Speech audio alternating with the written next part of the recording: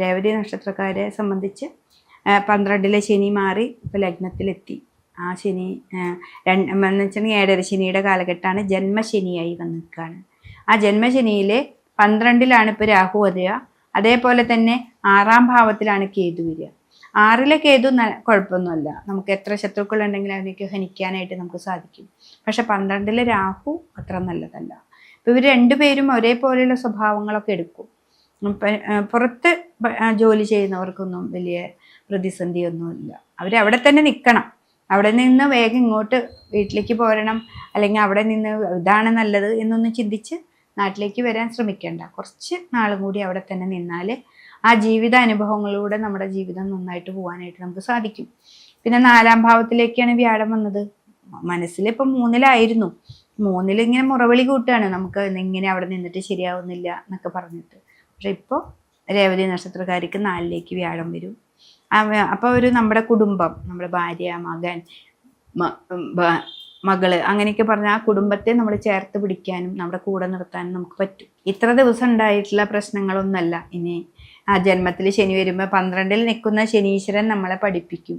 എന്ന് വെച്ചിട്ടുണ്ടെങ്കിൽ നമ്മുടെ ഭാര്യ എങ്ങനെയാണ്, നമ്മുടെ സുഹൃത്തുക്കൾ ആരാണ്, നമുക്ക് എന്തെങ്കിലും ആപത്ത് വന്നപ്പോൾ ആരൊക്കെയാണ് വന്നത് എന്നൊക്കെ നമ്മൾ വിലയിരുത്തുന്നൊരു സമയമായിരുന്നു 12-ലെ ശനി. അപ്പം അതൊക്കെ മാറി അതൊക്കെ മനസ്സിലാക്കി കഴിഞ്ഞിട്ടാണ് നമ്മൾ ജന്മത്തിൽ നിൽക്കുന്നത്. അപ്പോൾ ഈ ജന്മത്തിൽ ഇനി 2.5 വർഷക്കാലമുണ്ട്. ആ 2.5 വർഷവും നമ്മൾ അടുത്തൊരു പരീക്ഷണങ്ങളുടെ ഘട്ടത്തിലൂടെയാണ് പോകുന്നത്, നല്ലതിലേക്കാണ് പോകുന്നത്. അപ്പോൾ അത് നന്നായിട്ട് മനസ്സിലാക്കുക. ദേവീ ക്ഷേത്രത്തിൽ പോവാം. ദേവിക്കാണ് ഏറ്റവും പ്രാധാന്യം കൊടുത്തുകൊണ്ട്. എന്താ വെച്ചിട്ടുണ്ടെങ്കിൽ ഇവിടെ 9-ാം ഭാവത്തിലാണ് നമുക്ക് ദേവി, അതായത് ചൊവ്വ നിൽക്കുന്നത്.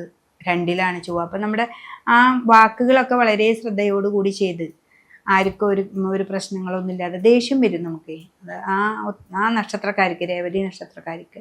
അപ്പോൾ ദേഷ്യം കോപമൊക്കെ ഒന്ന് കുറച്ച് ദേവീ ക്ഷേത്രത്തിൽ പോവുക, ദേവിക്ക് പറ്റത്തൊക്കെ വഴിപാട് ചെയ്യുക. സമയം കിട്ടുന്നവരാണെങ്കിൽ നമുക്ക് ദേവി മാഹാത്മ്യത്തിൻ്റെ 11-ാമത്തെ അധ്യായമുണ്ട്. അതിൽ ചില ശ്ലോകങ്ങൾ ജപിച്ചാലും മതി. 11-ാമത്തെ അധ്യായം വലിയൊരു അധ്യായമാണ്. പക്ഷെ അത് മുഴുവനായിട്ട് ജപിക്കുകയാണെങ്കിൽ ഏറ്റവും നല്ലത്. അല്ലെങ്കിൽ അതിൽ പറ്റത്തൊക്കെ 1-2 അതുകളൊക്കെ ഉണ്ട്, അതുമാത്രം ജപിക്കുക. അതായത് അതിലുള്ള ചില സ്വസ്ത്രങ്ങളുണ്ട്, അതുമാത്രം പാരായണം ചെയ്യുക. അത് ഡെയിലി, അത് നമ്മൾ ഭക്ഷണം കഴിക്കുന്നത് പോലെ തന്നെ നമ്മുടെ ഒരു കാര്യമാണ് നമ്മൾ ജപിക്കുന്നതും എന്ന് ചിന്തിച്ചുകൊണ്ട് നമ്മൾ മുന്നോട്ട് പോവുക. അപ്പോൾ ദേവീനെ നന്നായിട്ട് ഭജിക്കുക. രേവതി നക്ഷത്രക്കാർക്ക് ഏറ്റവും നല്ലൊരു സമയമായിട്ട് നമുക്ക് വരും. പിന്നെ നിങ്ങളുടെ ദശയും അന്തർദശകളും മനസ്സിലാക്കിയാണായിരിക്കും ആ ജാതകത്തിൽ വേറെ മാറ്റങ്ങൾ വരുന്നത്. ഇതൊരു ഗോചരാവസ്ഥ മാത്രമാണ് നമ്മൾ പറയുന്നത്. 2025-ൽ നമ്മൾ 3 ഗ്രഹങ്ങൾ മാറുന്നത് കൊണ്ട് ഗോചരാവസ്ഥയിൽ വരുന്ന മാറ്റങ്ങളാണ് ഞാൻ ഈ ഒരു വർഷഫലത്തിൽ നമ്മളിവിടെ പറഞ്ഞിരിക്കുന്നത്. അത് രേവതി നക്ഷത്രക്കാർക്കാണ്, എല്ലാ നക്ഷത്രക്കാർക്കും നല്ലൊരു ഫലം ഈ ഒരു വർഷം കിട്ടട്ടെ എന്ന് വിചാരിക്കുന്നു.